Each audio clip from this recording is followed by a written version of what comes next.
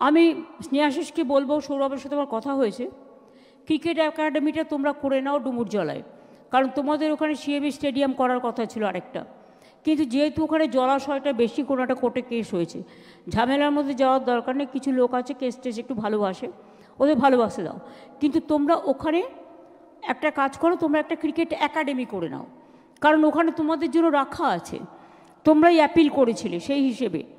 আর তাছাড়াও আমি তো চাইবো যে সিএবি আর একটা স্টেডিয়াম করুক, কারণ আমাদের একটা জমি পড়ে আছে অলরেডি, কারণ ফিফা বলেছিল একটা ফুটবল স্টেডিয়াম করবে, রাজারহাটে 15 একর জমি পড়ে আছে, কিছু হয়নি, আজকে 7-8 বছর হয়ে গেল।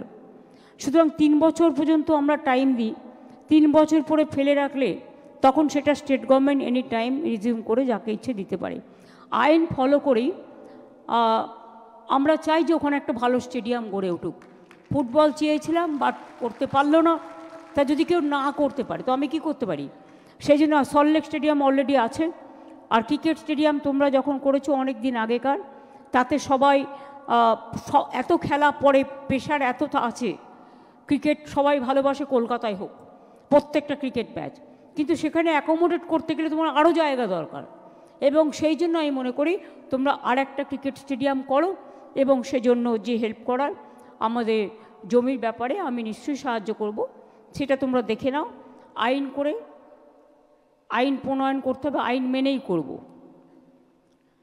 আপনাদের আমি আগেই বলেছি সন্তোষ ট্রফি